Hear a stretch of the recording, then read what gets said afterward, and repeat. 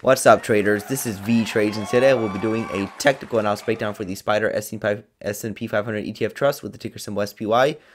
This video is for entertainment purposes only. Trade at your own risk. I will first be going over what I see in the daily chart and finish the video off with the weekly chart. So what is the SPY doing? Well, it's been continuing to trend up higher and higher since basically October of last year in a very strong uptrend. It's a very strong uptrend because it's moving at a 45-degree angle. And the corrections are very small. You see that the market barely pulled back towards the downside, and the market just continued to push up higher and higher. So we finally reached a temporary top. Why? Because it was a measure move target. So you see that this was the prior size trend right here. So this was the first leg up, and then in this first leg up, after it topped, this was the biggest correction in this entire first leg up. So that tells me if we go up again, we can see a similar size leg in the future, and that's exactly where price started stalling out, right at that 520 level. We overshot it by just a slight amount, a couple of points is fine, and that's exactly where price stalled out. So again, that's not random at all. It happens every time, and you see that even happens in the short term. So you can see that this was the top, and then price dumped down. So this was one leg down right here, and then look what happened. We saw a correction up, and then another dump down. So we can go ahead and clone that arrow, and that told me where the next leg can possibly go to.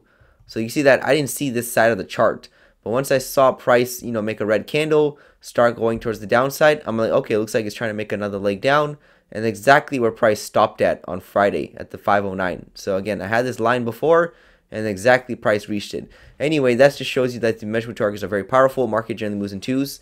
So we hit a longer term target, and now we saw a short term correction. Is this the bottom? Probably not. We'll have to wait and see. Depending on what type of bounce we get out of here will tell me if it is or not. We are below this downward trend line right here, so there's this bearish momentum that the bulls would have to push through. But this is support. We are at support, and a measurement target is reached, so this could be a bottom. We'll have to wait and see. If price breaks this, there's a good amount of space towards the downside that the price can fall. We could probably fill in this gap right here and probably retest the breakout at the 479 level. So there's still quite a bit of downside if price does want to see a bigger correction. And normally it will, especially after a measurement target is met this large.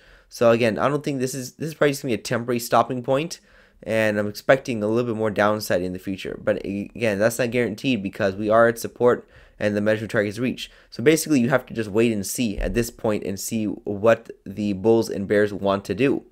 My guess is that price is going to try to continue lower, but again, it's probably just as easy where we could bounce out of here and make a new high. So again, I wouldn't say that until we see a strong break below this level, and then we'll go from there. So let's see if we can break that 509 opening up on Monday. Here's a look at the weekly, and you see that it's much easier to see how that measurement target was met. This was the prior size leg. Second leg, measurement target was met. And look how far we are extended from the EMA. Eventually price will catch up to it, or the EMA will catch up to the price, and you can see that eventually it'll pull back to it. So even in this bull market right back over here in 2021, price was away from it for several weeks or months, and then it finally came back to the EMA. So it looks like we're probably going to get that here. We already have 2 bearish weeks in a row.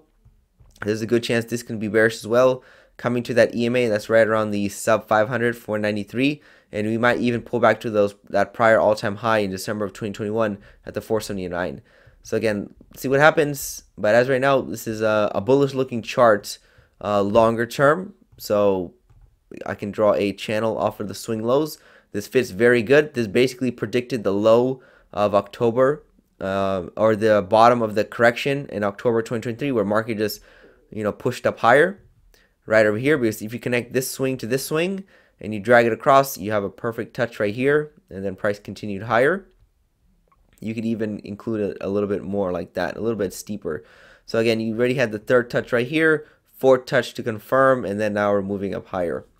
So again, we're in a bullish channel, so most likely price will continue higher.